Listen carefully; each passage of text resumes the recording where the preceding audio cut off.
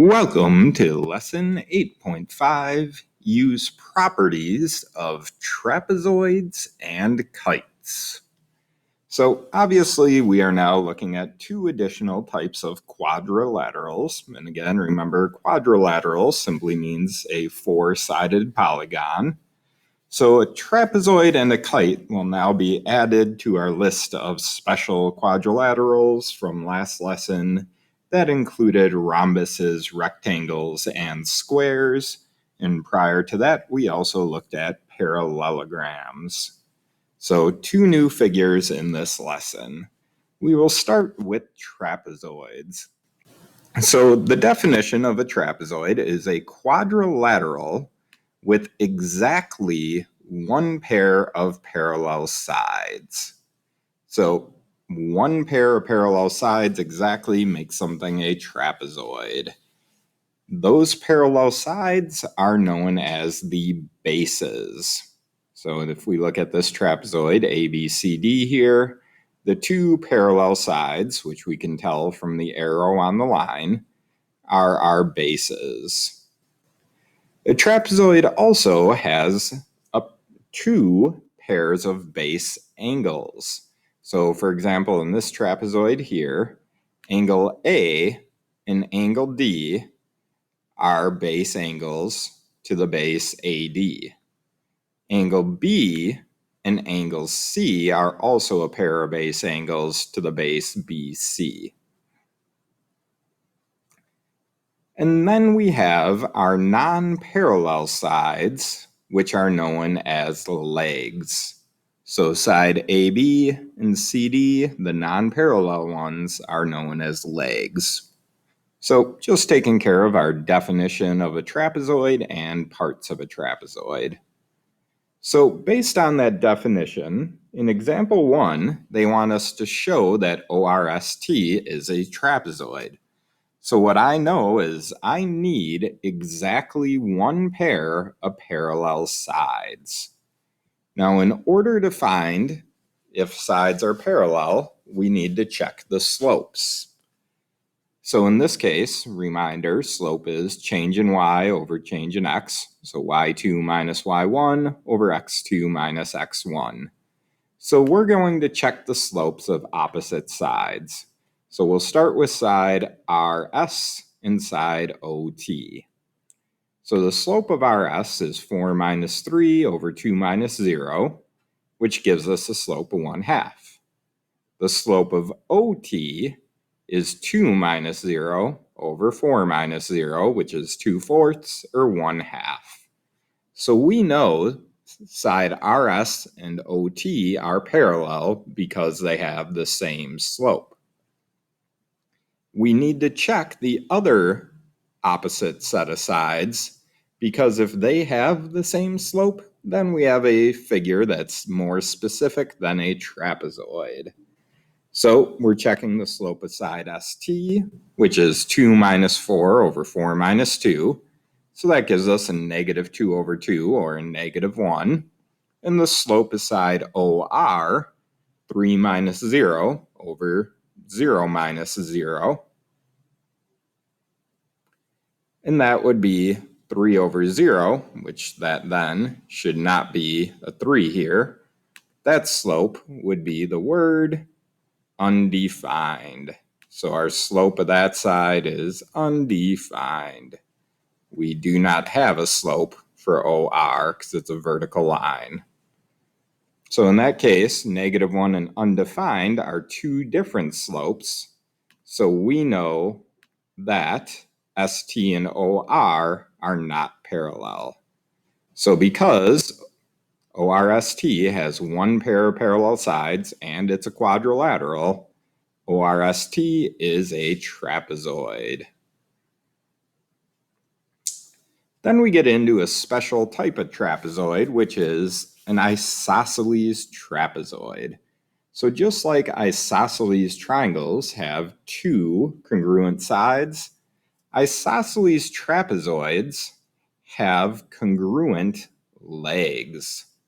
So we don't care about the bases, but the legs, the two non-parallel sides, if they are congruent, then it is an isosceles trapezoid. So then we end up with 3 theorems based on that.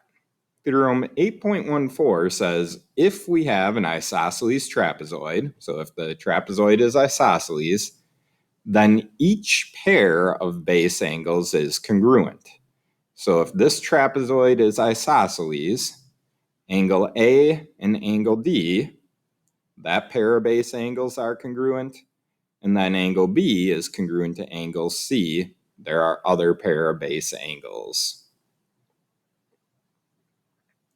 Theorem 8.15, which you can think of as the converse to Theorem 8.14, states if a trapezoid has a pair of congruent base angles, then it is an isosceles trapezoid.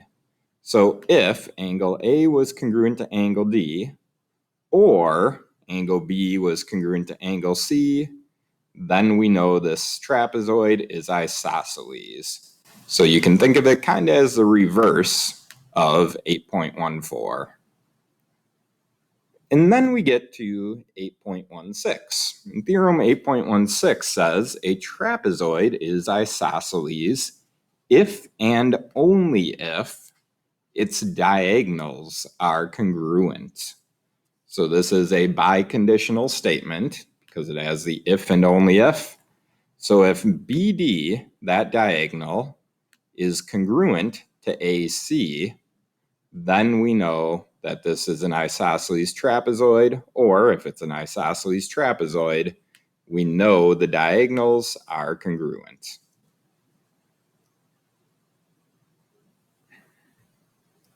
So now we move into example 2 using these theorems and ideas to help us identify isosceles trapezoids and parts of them.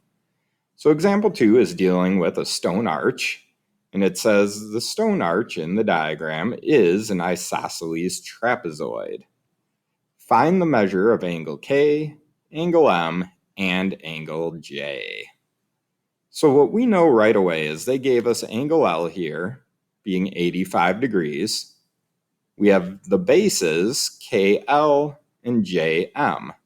So angle K is a base angle to angle L. So K and L are congruent base angles, meaning the measure angle K is also 85 degrees. Then we move to finding the measure angle M. Well, angles L and M right here are consecutive interior angles, meaning they're on the same side between two parallel lines, because KL and JM are parallel. And what we know is consecutive interior angles like L and M add up to be 180 degrees, or in other words, they are supplementary. So we can find the measure of angle M by doing 180 degrees minus angle L. So 180 degrees minus angle L of 85 tells us angle M is 95 degrees. Then to find angle J, we know J and M are base angles. Because it's an isosceles trapezoid, our base angles are congruent. So angle J is also 95 degrees. And then we get into the idea of a mid-segment. So mid-segments, if we think back to our triangles, it is the segment that connects the midpoints of two sides of a triangle. So it would split those two sides into equal halves. Well, the mid-segment of a trapezoid is the segment that connects the legs at their midpoints. So our mid-segment, again, not connecting the bases, it connects our legs at their midpoints, meaning this leg is split into two equal parts, and this leg is split into two equal parts. So we have a theorem then based on the mid-segment. So theorem 8.17, mid-segment theorem for trapezoids, says the mid-segment of a trapezoid is parallel to each base. So if I had a midsegment MN here, it's parallel to AB and to DC. And the length of MN is 1/2 the sum of the length of the bases. So MN would be equal to 1/2 of AB plus CD. So MN, midsegment, equals 1/2 the sum of the two bases.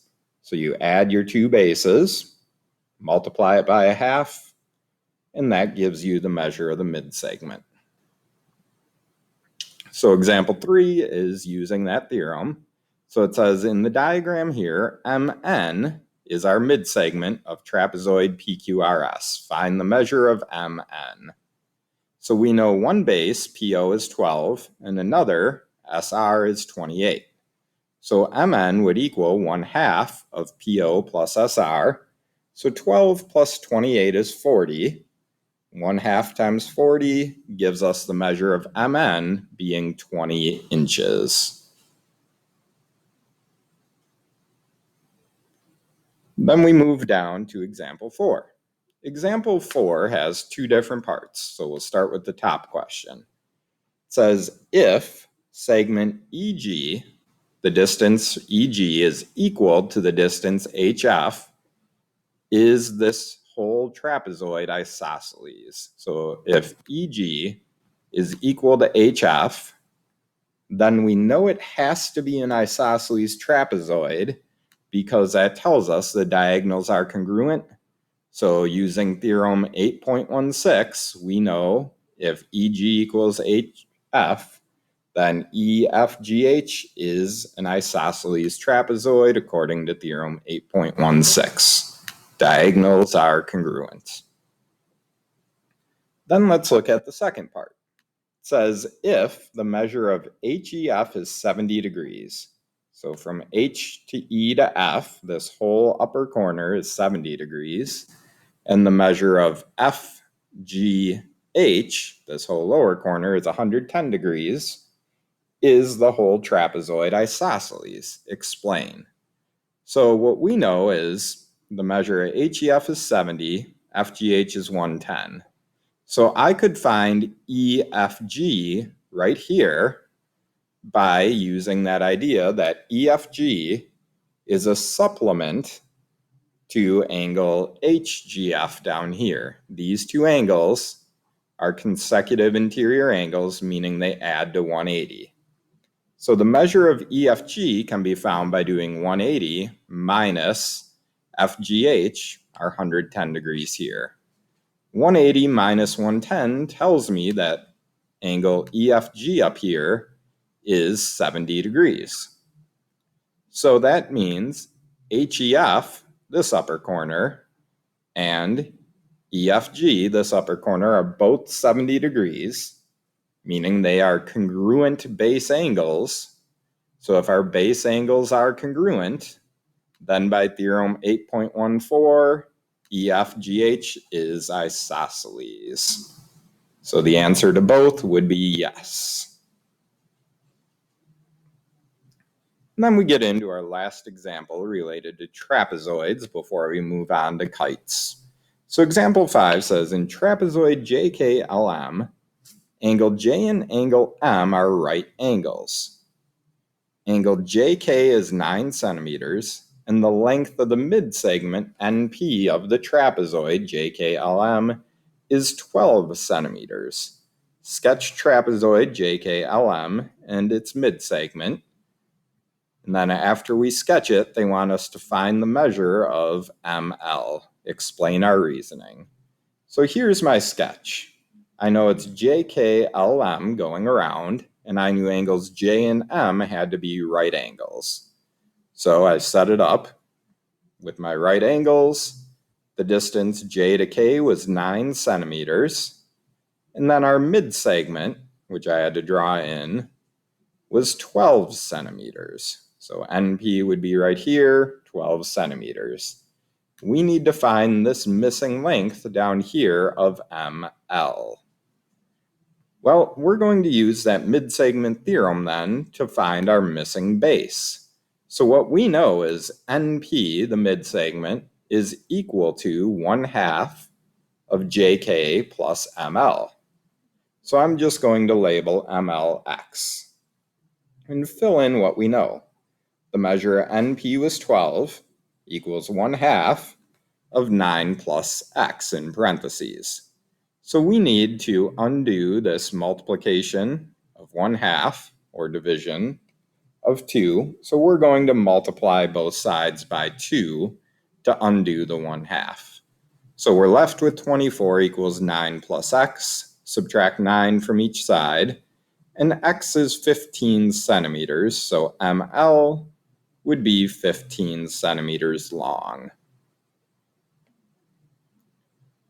And then we get into our other quadrilateral that we're looking at in this lesson, which is a kite.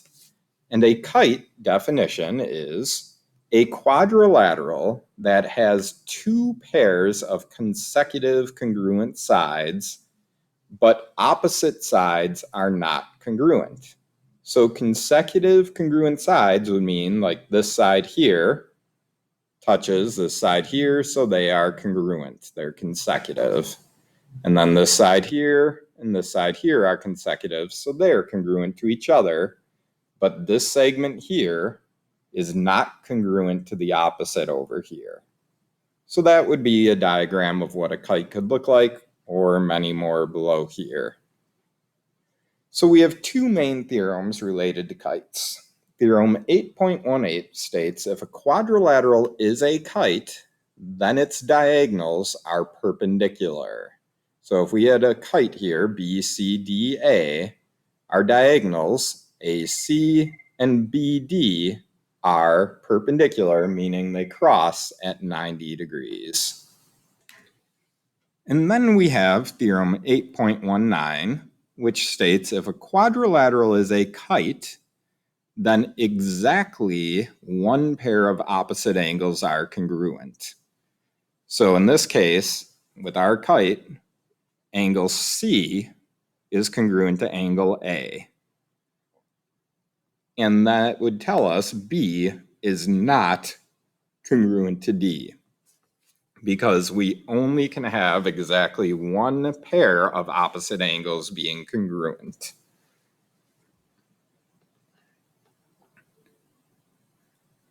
And then we get down to our last couple examples, looking at those kite theorems. So what it says in example 6 is to find the measure of angle D in the kite shown at the right. So we have our big kite here, DEFG. And we know side DG is congruent to FG, and EF is congruent to DE, meaning it's definitely a kite by definition. So DEFG has one pair of congruent opposite angles. That's what we know. Well, what they gave us was angle E was 115 and angle G was 73 degrees.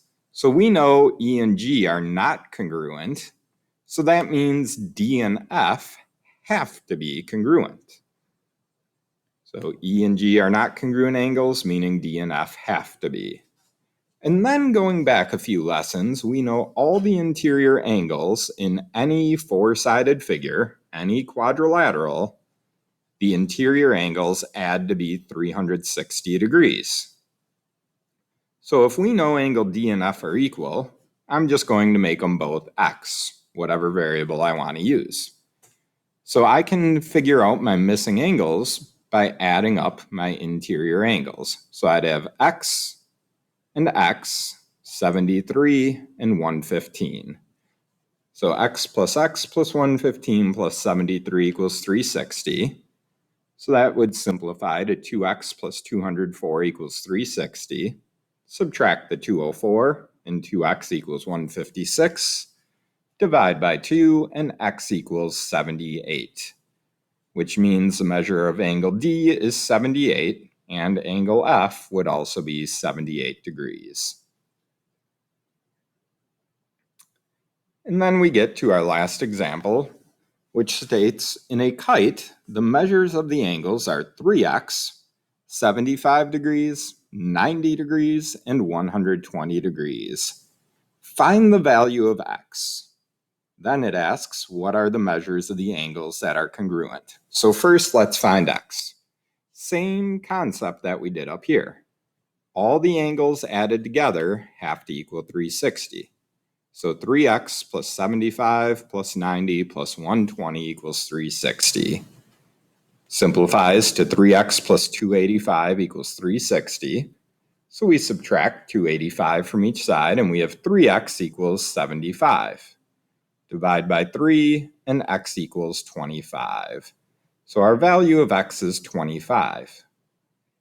But 25 doesn't match with any of our angles. Well, we need to remember the angle measure was 3x. So 3x was 75 degrees. So we have two angles of 75 degrees, meaning 75 degrees is the measure of our congruent angles.